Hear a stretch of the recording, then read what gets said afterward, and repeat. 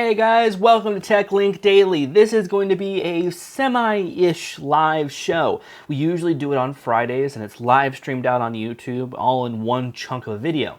But unfortunately, the capture card that I use for the camera is in the shop for repairs, so I can't do that right now. But this will be recorded in one chunk in the same format that I will do for the live show, so it's a semi-live kind of video. So let's get started with a announcement that we have, which is that we have a brand new YouTube channel, youtube.com/LogicLoungeGaming. Yes, it is all about gaming news, gaming videos, stuff like that that people who are into gaming would love. So go subscribe over there, youtube.com/LogicLoungeGaming. We've already put up our first video, which is a Let's Play in Halo 4. So after you watch this video, go ahead over there and check it on out. So let's get started with today's top tech news. And probably one of the biggest things in news today is Apple. Specifically from All Things D, Apple acquires local data outfit, Locationary. So Locationary is a service where it brings in all sorts of business data and organizes it on a map. Now, presumably, Apple bought them to make their maps better, and they kind of suck right now, really. I mean, I've been using Google Maps more because they're more reliable, they have a dedicated app, and I generally like it overall. But if they do get Locationary integrated deeply and improve their GPS, I think that the Apple Maps app could be a hit, because it's good, but it's not great. And it needs to be great, especially when you're trying to get directions and it's trying to drive you out into the middle of the ocean. So there you go. That is my views and opinions on that. Microsoft has a new ad bashing the iPad once again. From MacRumors.com, Microsoft releases new anti-iPad ad highlighting Surface accessories. So it's a short video, it's a 30-second ad that will be played on the TV, showing the iPad versus the Surface and what it can do.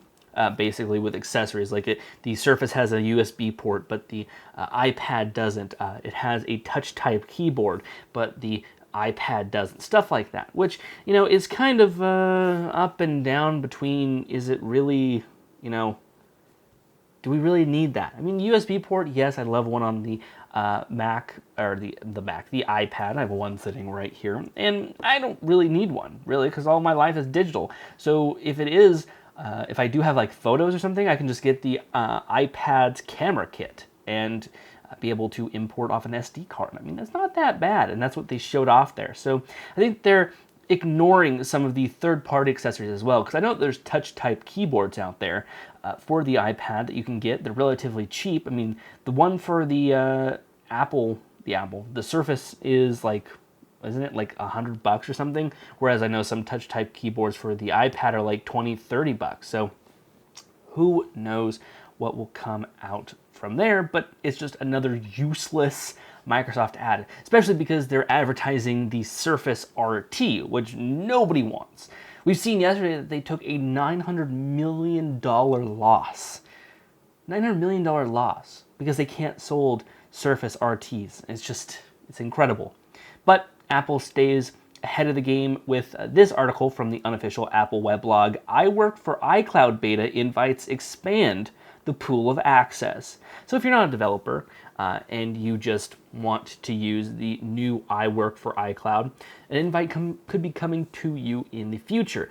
They have started to send out invites to everyday people. People who may not be developers, people who are just Mac users, will get them now so they can try it out, use it for themselves. I've had the chance to use it. I like it, actually. If you need a simple cloud-based place to work on stuff and do like simple typing or simple anything, and even it's complex too, but if you just need one of those simple things to use, why break out and pay huge amounts of money for, you know, Office when you can get iWork for iCloud for free or something like that? And I think it is a good thing, and I generally like their business model right now around it. I definitely would use it over, you know, desktop application because it saves to the cloud. So I can open it up on my iPad and work with it. I can open it up on my desktop and work on it. And I can open it up on my MacBook Pro, excuse me, and work on it. And it's all synced and saved all in one place, which that is the main thing that I love about it. And it is going directly after more of Google Docs than it is going after Microsoft Office. And staying with the Apple news, of course, we have the iPad Mini 2 back on track for October launch. We've reported on this multiple times. The next iPad Mini, will it come with a Retina display? What is it going to look like? Stuff like that. And some people are saying that it is on par for a October release date rather than an early 2014 release date. It is said to have a 2048 by 1536 LG display for the Mini. So who knows? Plus, there's a little bit of iPad 5 rumors running around in there as well for it being the third quarter of 2013, which would be the end of this year. So who knows? We might have new iPads coming out here in the near future, which I would like because I kind of like the iPad Mini. It's nice and small and it's light and it's portable. I mean, I love my iPad, don't get me wrong, but it's more of a, sits in one place in the house and when I need it, I'll go get it and use it. Whereas the iPad Mini is hey, I'll just tag along with me wherever I go because it's nice and small. The only thing that I didn't like about the original iPad Mini was how small in resolution the screen size was. I couldn't get it over because, I have a Retina iPhone, I have a Retina iPad, excuse me. I have a high quality screen on my MacBook Pro, and so that low quality iPad 2-like screen is kind of what got me and I had to return it. So higher quality screen is a must in the next iPad if they would like to sell any of them at all. Well, they probably will sell a lot of them either way, but if they want to sell even more, they would do Retina in the iPad 2. So let's talk about private companies. Private companies will do a lot more stuff than these governmental companies do, and one of them is putting a telescope on the moon. This private company wants to take a telescope, put it on the moon, and allow people to use it. And this is a part of the $30 million Google Lunar X Prize. And so I would like that. A telescope on the moon would be one great thing. And it has many great things about it. One is that the moon has significantly less of an atmosphere, or actually no atmosphere, maybe a tiny bit. I'm not sure because I'm not a huge space geek and know that sort of stuff, but I do know that because it has less of an atmosphere than the Earth does, you're able to see further into space. You're able to, have no obstructions with our atmosphere, which actually might be good for a lot of companies if they're wanting to look into deep space and have to get around the clutter of a atmosphere like we have. So there's my little insight on that. Moving on. Rovio. Do you know the company? Of course you know the company, because they're the people who make Angry Birds. One of my gripes about Angry Birds is that when I play it on my iPad, I can't pick up on the same level on my iPhone. And that's one of the things that's like, now I gotta replay the whole thing again. Well, it seems like Rovio takes its accounts feature global, bringing game syncing to all iOS and Android devices, meaning that you can now sign up for a Rovio account.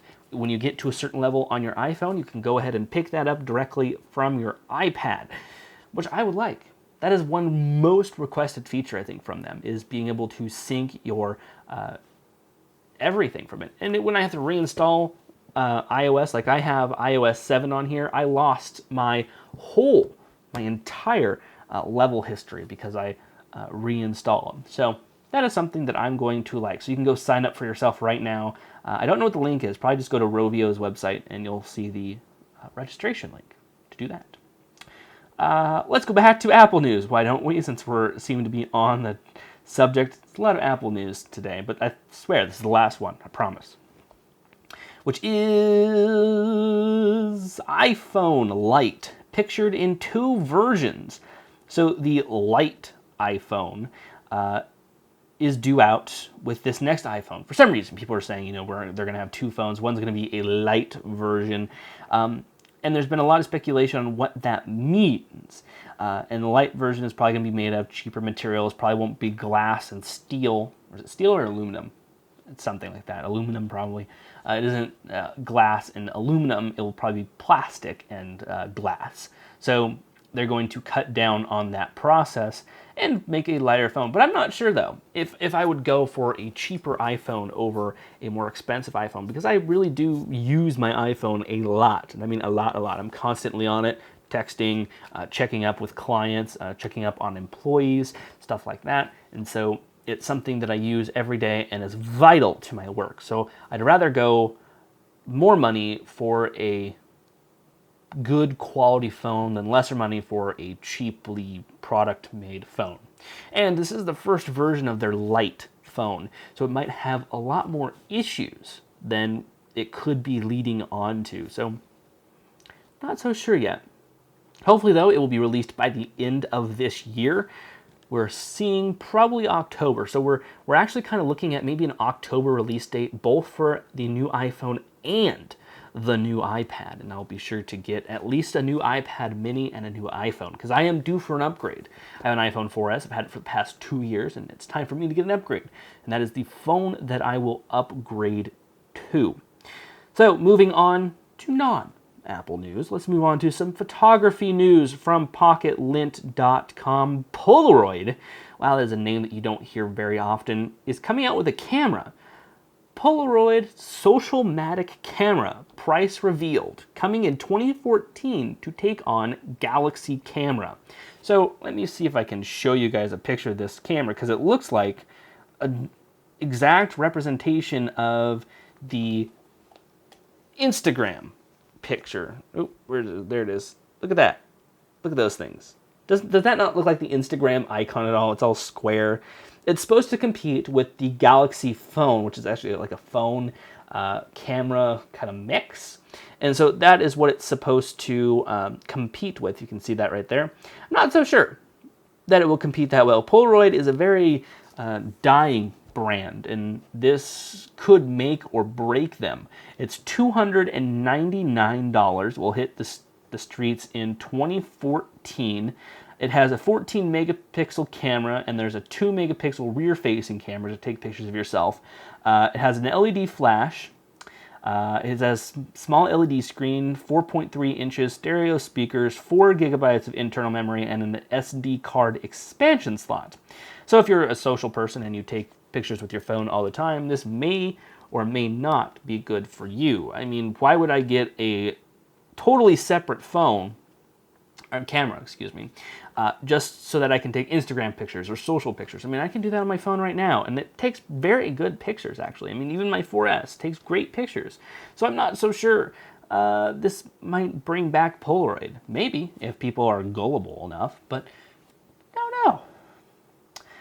Let's talk about our last article for today. So I've been experimenting with iOS 7.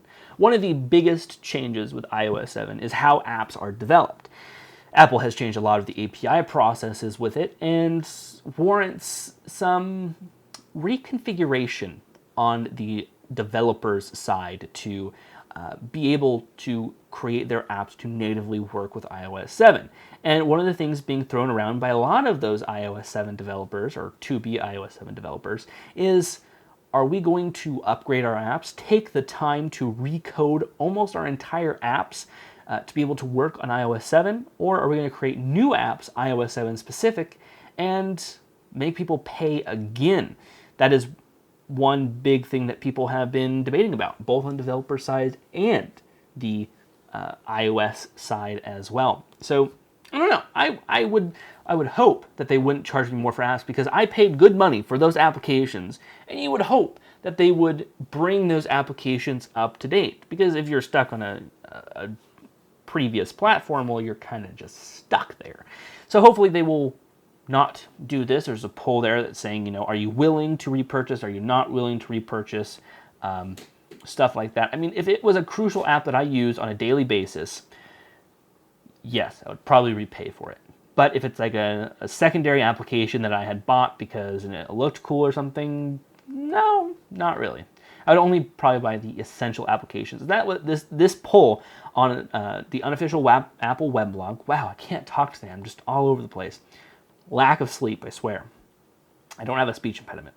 I would consider repurchasing, but only if the app is dramatically overhauled and has new features that take advantage of iOS 7. That is what the poll on the unofficial Apple weblog has come out to be, with a 53% overall rating. So there you go. Would you repurchase your applications on iOS 7? That will be our question of the day.